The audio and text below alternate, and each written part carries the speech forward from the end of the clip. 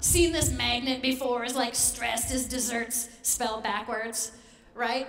A lot of us, when we're stressed out, we may turn to certain foods, certain friends, Ben and Jerry, to cope with stress. Really, the reason why we crave certain foods when we're stressed out, some of it is psychological, but a lot of it has to do, going back to cortisol again. Now think about how many times you experience stress during the day. You might actually be surprised. Okay, so let's say you accidentally overslept. Oh my God, squirt! There goes a little bit of cortisol, okay? So now you're like, oh my God, I have got to get to the salon, I've got to get there, and traffic is awful. Squirt, squirt! There goes more cortisol, and you're like, come on, okay? And then you're like, I can sneak in the back door so my boss won't see me, and then you're coming in and then they see you and you're just like, oh, okay, squirt, there goes some cortisol. You know, and then you're not completely prepared, there goes more cortisol. You know, so think about how many times during the day, just little things like that releases the adrenaline, the cortisol. So for a lot of us, it's not that we've got these really intense, oppressive stressors all day long, but we've got frequent bouts of stress, which is releasing cortisol. And remember, what's cortisol's job in the body? To make us eat, to replace the food, and to restock the shelves. Now, an interesting story. Salmon. Every year, they make their journey back to their spawning grounds to lay their eggs, right? And this is a really long, arduous journey. For some salmon, this can be as long as 1,000 miles. Now, what happens to salmon after they reach their spawning grounds and they lay their eggs? They die. Do you know why they die? You know, you think, well, they're just genetically programmed. That's the end of the life cycle. Actually, the journey has been so stressful, and their levels of cortisol are so high that they have devastated their immune systems, and basically they die from elevated levels of cortisol.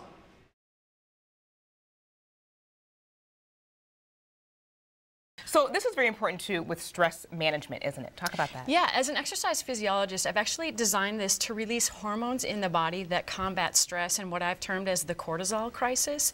When we're exposed to a stressful event, the body releases stress hormones that give us immediate energy to either fight or flee. And when we do that, that's intense physical activity. And that intense physical activity releases endorphins, which are the feel-good hormones, which flush out those toxic stress hormones.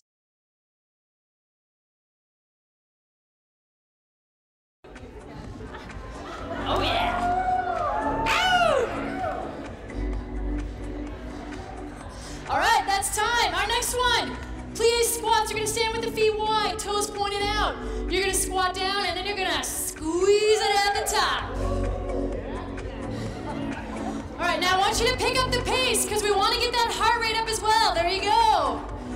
Good. Squeeze those quads, squeeze those glutes. Nice.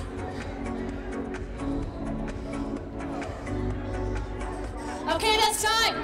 Last one, Nordic ski race. You are cross-country skiing, baby.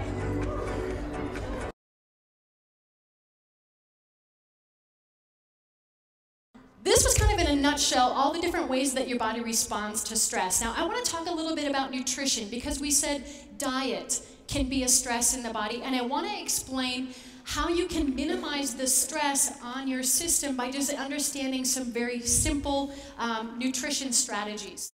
Jenny Evans is an internationally recognized expert on stress, exercise physiology, nutrition, and performance. Her dynamic presentations inspire, entertain, and educate Fortune 500 audiences worldwide to increase their capacity for stress and to discover how to recover from stress more quickly and effectively. Clients improve their performance and productivity, all while enhancing their health.